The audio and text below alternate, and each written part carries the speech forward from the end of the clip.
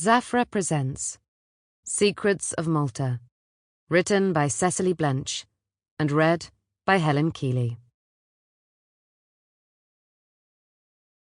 Prologue. London, March 1943. Evening was falling in Whitehall as Dennis Pratchett made his way along the panelled corridor. The lamps had been lit, and the floorboards gleamed in the soft light.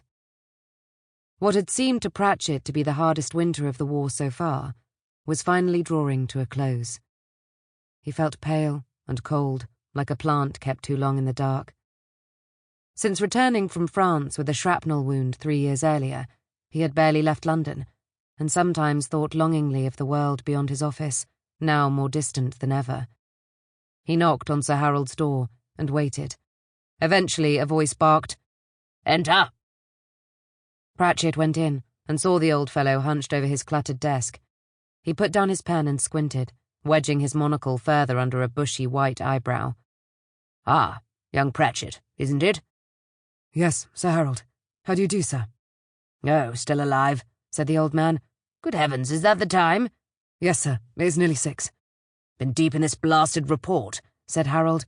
"One can't complain that we're intercepting so many German communications, but most of them are as dull as ditch water. This one's about uniform requirements for naval telephonists. Thank God we know how wide their lapels are, that's all I can say." He gave a hacking laugh. "What can I do for you, young man?"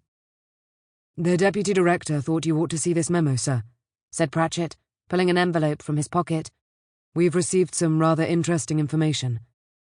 "Read it to me, if you would," said Harold, gesturing at the monocle. "My eyes are tired." "Yes, sir. Here it is. Messages from Berlin indicate knowledge of some of the private proceedings of the Casablanca Conference, particularly the arguments of General Brooke regarding the Italian question. Separate communications over the last few months point heavily to there being a prominent German agent in the Mediterranean. Today we received intelligence from the DSO in Malta that they believe there's a leak in their pipes. Theory, there is a German spy based in or near Malta, possibly inside the intelligence or security services." Harold nodded slowly. "Any idea who this spy might be?" "Not yet, sir. The messages about Casablanca referred to buying the information on the Schwarzmarkt, or black market, which I thought might be some sort of joke about the source." Harold stared at him. "What did you say?" "The Schwarzmarkt, sir. It is a joke. You're quite right," said the old man. "At least I think so." "Sir?"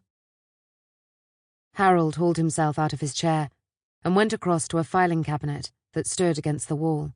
Retrieving a key from his pocket, he knelt down and unlocked the bottom drawer, pulling it open and leafing through the files within, mumbling to himself.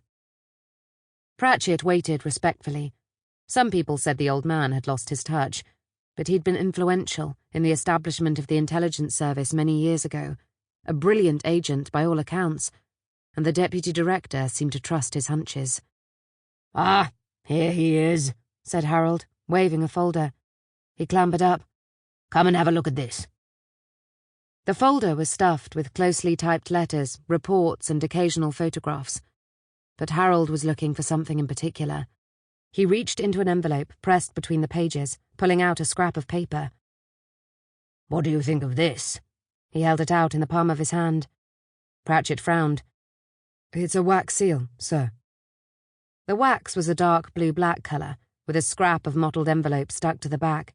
Pratchett leaned in to look at the image imprinted in the wax. There were sinuous lines, the shape of something coiled, ready to spring, all in the space of half an inch. "Is it a snake?" "A snake with a man's head, supposedly," said Harold, "although I can't see it myself. It's some sort of damned clever literary reference." "Whose seal is it, sir?" "A successful German spy," said Harold. "He operated during the last war, and we heard whispers of him several times during the 20s and 30s. That alone should tell you how successful he was. It's almost unheard of for an agent to operate that long without being caught. 30 years, and we don't even know his real name." "What's his code name?" "Nero," said Harold. "Now do you see why I think it's him?" Pratchett stared. "It's the Italian for black," he said. Sample complete. Ready to continue?